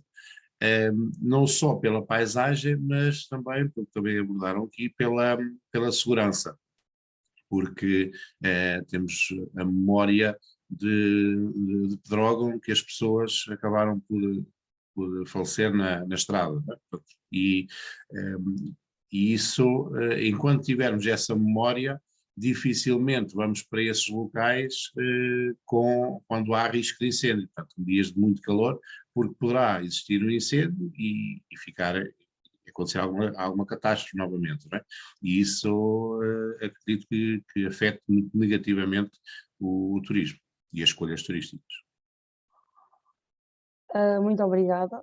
Passamos então agora para o Sr. Gonçalo Gomes e faço-lhe exatamente a mesma pergunta. Como é que acha que as catástrofes naturais afetam a atividade turística? Bem, antes de mais, quero desejar bom dia a todos e agradecer muito o convite que foi feito para estar aqui. Estou com muito gosto. Isto é uma área que nós temos acompanhado bastante e eu, em especial, tenho acompanhado bastante aqui no Turismo Centro de Portugal, por várias razões. E uma delas é precisamente ser, eventualmente, o agente que começa a trabalhar mais estas questões assim que surge uma destas crises. Também não sei porque é que isso aconteceu, mas na verdade aconteceu e a partir desse momento passou a ser repetido. E nós acompanhámos muito diretamente aquilo que aconteceu com os incêndios de 2017. Não o fizemos isoladamente, houve um momento em que sim, estávamos preocupados com o assunto e queríamos saber como é que o nosso território tinha sido afetado e como é que as nossas empresas tinham sido afetadas. Portanto, consultámos todas as empresas para sabermos exatamente qual tinha sido a extensão desse dano. E chegámos a números brutais. Nós temos cerca de 1000 empreendimentos turísticos e 100 tinham sido afetados diretamente de alguma forma. A maior parte dos casos não foram afetados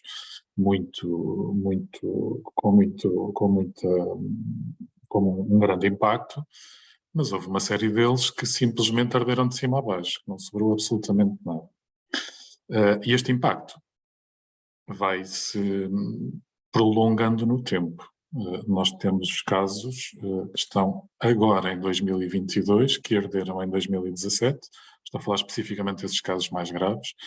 Estou-me a lembrar da Casa Grande do Loureiro, em Tábua. Estou-me a lembrar do Vale das Maias, em Penacova, 2 casas de turismo em Espaço Rural, que só este ano é que conseguiram reabrir. Portanto, nós temos que olhar para isto também, não olhando apenas para os números globais, mas depois também para estes dramas individuais de empresários que têm a vida completamente posta do avesso, não só os empresários, como os postos de trabalho que são criados, que estão associados a esses empreendimentos. Portanto, e falo sobre isto em contraponto a outra questão que também é relevante aqui, que tem a ver com os números globais. Eu falei-vos em 100 empreendimentos turísticos afetados, já vimos naqueles mapas, eu por acaso também tinha um que era um mapa de satélite que me facultaram na altura, em que o incêndio tocou em 50, 60 concelhos. Eu ouvi 27, mas provavelmente em alguns foi pouco, mas foi em 50, 60 na altura. Nós no ano 2017, a região centro foi um ano de recorde de dormidas, por incrível que vos pareça. Porque tivemos uma questão relacionada com a visita do Papa e os afetados foram essencialmente casas de turismo em Espaço Rural que têm pouca capacidade de alojamento. Portanto, nos números globais e daqui a uns anos, provavelmente não vamos ter esta sensação de que houve aqui que o setor do turismo foi muito afetado. Sabemos ainda, obviamente, que as coisas não aconteceram desta forma, porque houve imensos casos de empreendimentos em que as coisas não correram mesmo nada bem, só agora é que estão a recuperar. Outro exemplo foi, por exemplo, da Catarina Vieira, do Chão do Rio, também, que foi afetada em 2017 e voltou agora a ser afetada em 2022. Portanto, já está num processo, novamente, já conseguiu ultrapassar esse processo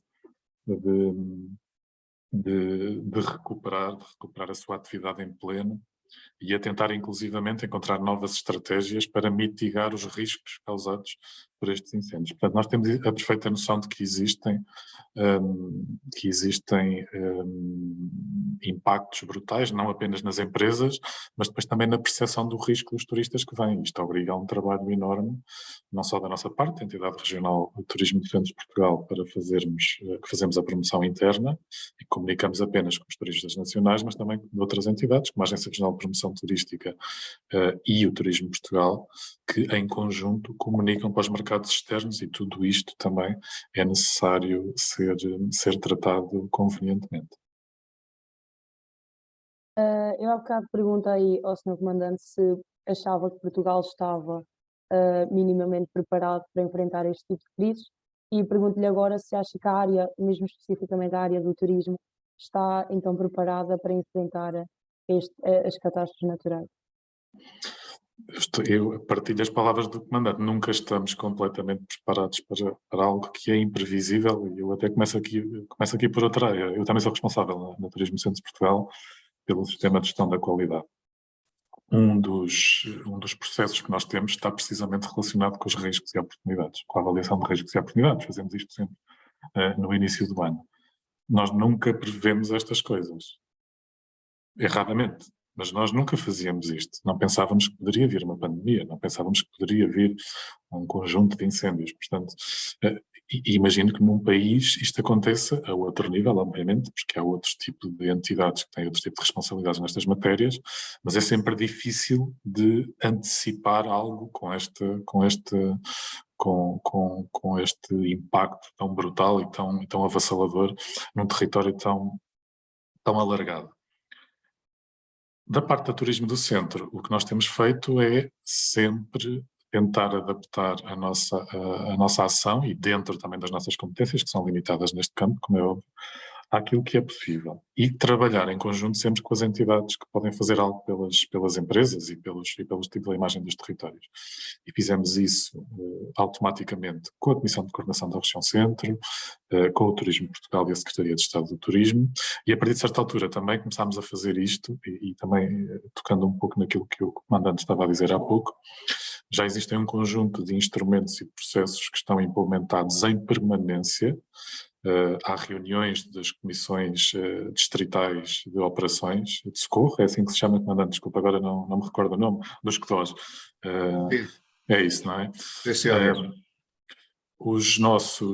A nossa Secretária de Estado, na altura, solicitou, por exemplo, às entidades regionais que passassem a fazer parte dessas reuniões. Portanto, nós temos todas as semanas, pelo menos, isto aqui de uma forma normal, todas as semanas ou 15 em 15 dias, já não me recordo bem, e quando são alturas de perigo, às vezes mais vezes do que uma semana, também nós participamos nessas reuniões, no sentido de fazer a comunicação para as empresas do setor e para as entidades do setor. Portanto, tudo está a ser mais bem preparado. Isto era algo que antes de 2017 não acontecia. Portanto, já existem alguns sistemas que, para o setor do turismo especificamente, estão a ser também desenvolvidos no sentido de mitigar problemas e de haver comunicação imediata. Isto foi aumentado a nível nacional, através das entidades de segurança e proteção civil, mas também através do setor do turismo. Todos nós participamos nessas reuniões com o objetivo de informar o mais rapidamente possível, e dentro das nossas competências, como é óbvio, não podemos fazer muito em matéria de incêndios, propriamente dito. Para finalizar, queria perguntar-lhe que tipo de estratégias de resiliência estão a ser adotadas neste momento no turismo para que este setor tente, digamos, sobreviver a estas catástrofes, ou seja, estratégias para chamar os turistas novamente para o turismo, neste caso aqui no centro. Eu vou tentar responder fazendo mais ou menos o historial daquilo que se passou desde 2017 e posso tocar também nas questões de 2022. E nem todas são perfeitas, atenção. Mesmo já da aprendizagem toda de 2017, nem todas continuam a ser perfeitas. Em 2017 foi muito importante. Em 2022 não tive a informação sobre isso ainda, mas imagino que também seja. Acalmar mercados. Eu ouvi isso na apresentação e achei interessante isso estar descrito na apresentação. A percepção que um turista estrangeiro tem de um destino como o centro de Portugal, que era aquele que estava a ser mais afetado em 2017, pode alterar completamente a sua decisão de viajar para aquele destino, e isto pode durar bastante tempo. Isto foi feito imediatamente na altura, através do Turismo Portugal e da Agência Nacional de Promoção Turística, campanhas direcionadas, campanhas de comunicação direcionadas para mercados específicos, porque foi detectado que cada mercado estava a reagir de forma diferente àquelas mesmas notícias. Porque a verdade é que o que surge na televisão nem é o centro está a arder, é Portugal está a arder, ponto final. É isto que surge do outro lado. Portanto, foi extremamente importante fazer essas campanhas em consonância com o Turismo Portugal, nunca mentir sobre aquilo que estava a acontecer, mas mostrar a realidade daquilo que estava a acontecer e, de alguma forma, descansar. Estas coisas têm fim. Estas coisas têm sempre fim. E era importante segurar a imagem do destino, repito, sem nunca mentir sobre aquilo que estava a acontecer, porque é importante dizermos a verdade. Se alguém vem e nós dizemos que está tudo muito bonito e tudo maravilhoso e não está, obviamente que vai ser pior ainda do que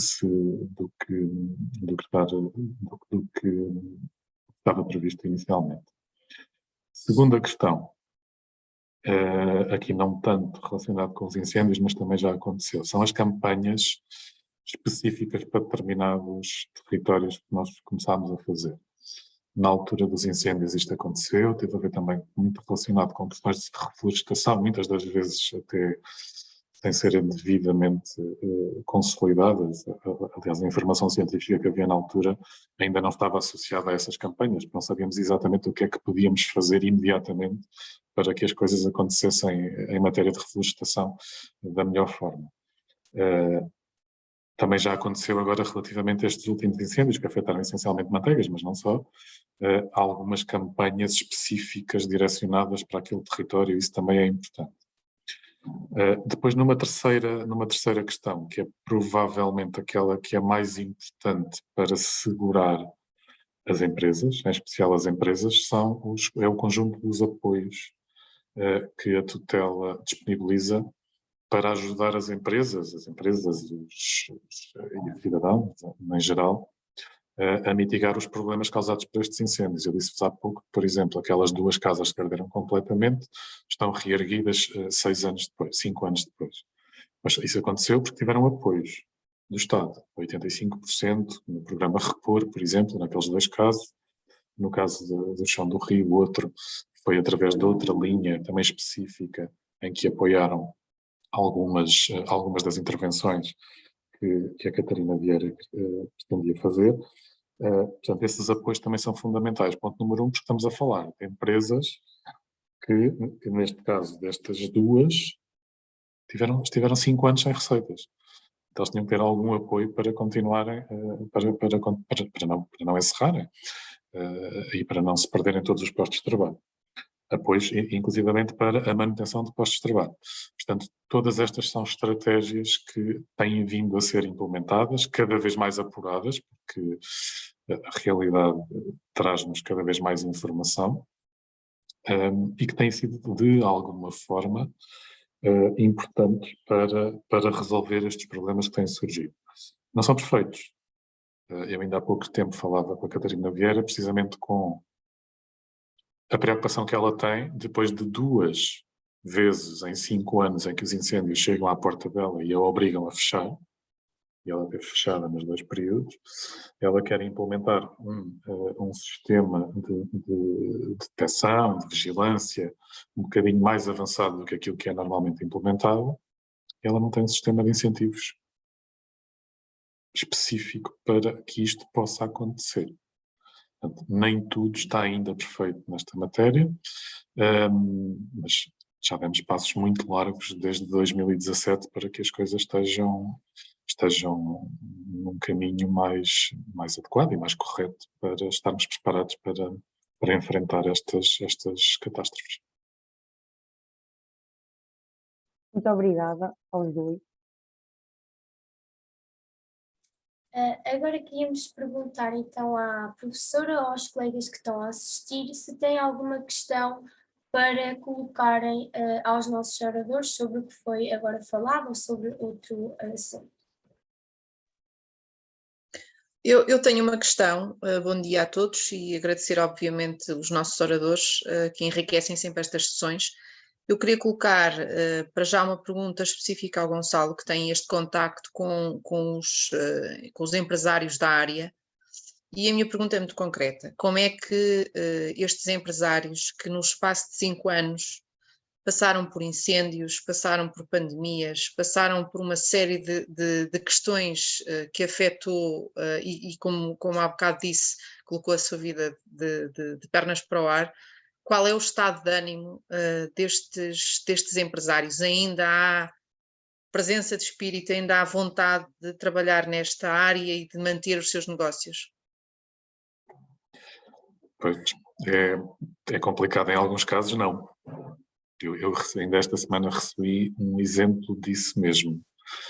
Estamos a falar de um investidor, não me recordo se ele era belga ou se era holandês, por acaso, o Hans, que tinha uma casa ali para a zona, era Oliveira do Hospital, Conselho de Oliveira do Hospital, e que estava cá há 17 anos. Eu não sabia, não tinha reparado que ele se tinha ido embora, no meio de 1000 empreendimentos não conseguimos controlar tudo, mas ele disse-me que já não queria receber os meus e-mails chatos sobre a informação que eu mando para toda a gente, porque já não estava cá e a casa já não estava aberta. Explica-me porquê. Ponto número 1. Foi um dos afetados pelos incêndios de 2017 em Oliveira do Hospital, foi um dos sítios na segunda época de incêndios mais grave, dos mais afetados. E este ano, pela primeira vez em agosto, o furo não tinha água. O furo que ele tinha no seu terreno não tinha água e o rio que passa no terreno dele também estava praticamente seco. E que isto são sinais claros das alterações climáticas e que nos vão começar a afetar a sério. E depois de 17 anos, e depois de passar os incêndios de 17, e depois de ver que não vai ter água ali à volta e não se sabe como é que isto se vai resolver, se é que se vai resolver, o Hans voltou para a sua terra e já deixou de ser investidor cá. Esse é um dos exemplos. Temos o outro exemplo que é o oposto, que é o da Catarina Vieira, do Chão do Rio, que perante as catástrofes investe mais na sustentabilidade quando não pode vender, aumenta a capacidade quando devia estar a pensar, provavelmente, na maior parte dos empresários pensaria, vamos jogar pelo seguro, ela aumenta a capacidade porque sabe que faz sentido, porque sabe que tem um bom produto para vender, mas quando aparecem estes entraves de legislação, estes entraves nos apoios, apesar de ter sido já comunicado por várias vezes às entidades que tutelam o setor do turismo e continuar a não haver a resposta concreta que os vai ajudar a resolver este problema, as pessoas começam a desanimar, como é óbvio, e em alguns casos, como aconteceu no caso do Hans, podem vir a desistir. Há aqui um problema grande associado a tudo isto. É que em muitos destes casos, parece que nos começamos, aqui estou a falar como um todo, com a opinião pública em geral, quando a informação, quando a catástrofe deixa de aparecer nos órgãos de comunicação social, acabou o hype, acabou a preocupação. E digo a preocupação, não digo das pessoas que lá estão a trabalhar, não digo do turista que vai viajar, digo de quem tem que tomar decisões para mitigar os problemas no futuro. Isto acontece com muita facilidade, infelizmente, ainda neste país, e apesar das consecutivas avisos que temos tido, isto continua a acontecer com muita facilidade, o que faz com que muitos empresários comecem a pensar se realmente é aquele o caminho. Não são todos, mas alguns começam a desistir. Muito bem. Comandante, e a pergunta que lhe vou fazer também está relacionada com isto que o Gonçalo acaba de identificar, que é precisamente esta questão de, por um lado, sabemos que vai ser cada vez mais frequente este tipo de situações, incêndios, depois cheias, seca. Portanto, isto é uma situação que, obviamente, sabemos que vai ser cada vez mais frequente e cada vez mais gravoso, por um lado, e pelo outro temos turistas que cada vez mais querem vir para o nosso país, porque obviamente que os turistas têm uma memória ainda assim e positivamente curta, portanto estas coisas conseguem-se resolver, e a vinda de turistas, por outro lado, também pode aqui agravar esta situação, porque vão para locais com menos capacidade de resposta. Portanto, como é que se faz esta gestão? Como é que as forças que estão no terreno conseguem ajudar as populações, conseguem responder a todas estas questões e, mais do que tudo, se o comandante tivesse mais poder e se pudesse, de facto, ter aqui um papel mais ativo em termos de resposta, quais seriam os seus conselhos e o que é que se poderia fazer? Pois, isto é sempre aqui um dilema, e quando falamos de incêndios, e incêndios florestais, falamos que quanto mais pessoas, mais perigo poderá haver, se houver mais pessoas na floresta, mais incêndios poderão surgir. Mas também temos de usar a floresta como um local de paisagem, de passeio, de turismo, não é? Então não podemos fechar também a floresta. E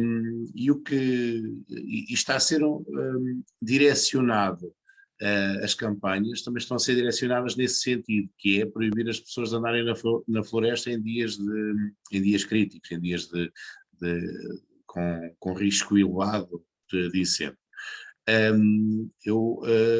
Acho que a estratégia não é só retirar as pessoas da floresta, mas sim criar condições para as pessoas andarem na floresta.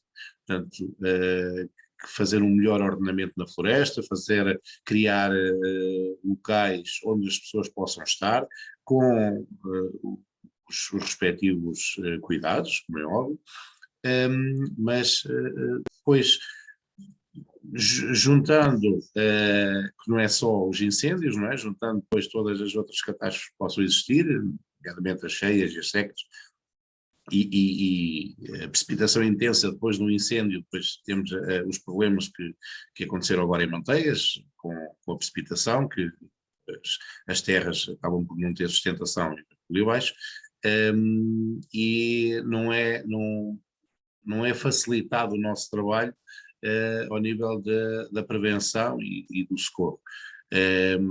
Tem de haver um maior controle das pessoas que realmente existem no meio urbano. O turista isolado, esse sim é mais, não queria dizer perigoso, mas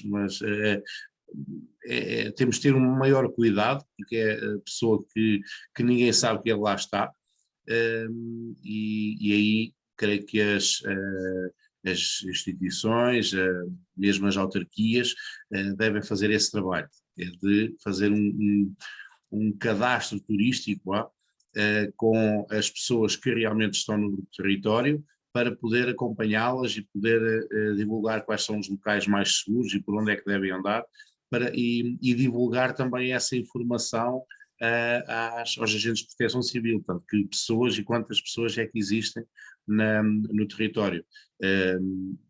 Recordo-me, por exemplo, um trabalho que realizei na Serra da Lousã, uma proposta que apresentei num dos trabalhos académicos que fiz, foi cadastrar mesmo as pessoas que percorreriam os trilhos, e isso com medições biométricas, claro que são investimentos, mas conseguimos saber a todo momento quantas pessoas é que existiam naqueles trilhos, como existe, por exemplo, nos passadiços do Paiva, mas transpor isto para a floresta seria uma forma de saber a todo momento se a pessoa desaparece ou se a pessoa no sítio de socorro, onde é que ela se encontra. Em caso de incêndio, se há um incêndio naquela zona, e uma das inovações que houve foi a criação, o envio das SMS para os locais onde estão a ocorrer incêndios. Todas as pessoas recebem uma SMS a informar que existe um incêndio no local, mas como é que conseguimos retirar as pessoas e como é que temos a certeza que as pessoas não estão lá se não sabemos quem é que está, não é? Portanto, aí é uma grande dificuldade que nós temos. Muito bem, obrigada. Obrigada aos dois. Obrigado também pelo convite. Muito obrigado. Se então não houver mais questões, se alguém quiser questionar mais alguma coisa, estão à vontade. Não há? Pronto, então, sendo assim, damos por finalizada a nossa apresentação. Queríamos agradecer muito ao Sr. Gonçalo Gomes e também ao Comandante Horácio Ferreira por terem estado presentes e terem acrescentado este conhecimento todo ao nosso trabalho, e também queríamos agradecer à professora Cláudia Seabra e esperamos que tenham gostado então da nossa apresentação.